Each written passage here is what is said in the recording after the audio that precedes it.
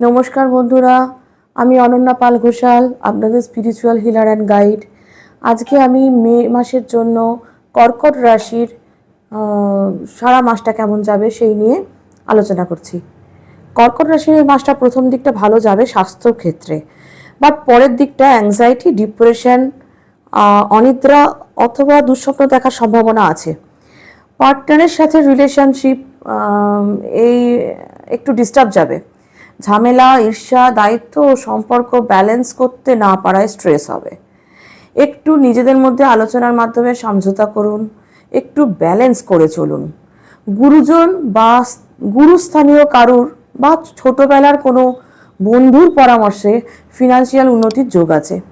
Newly married কাপলদের ক্ষেত্রে ট্রাভেলের যোগ আছে।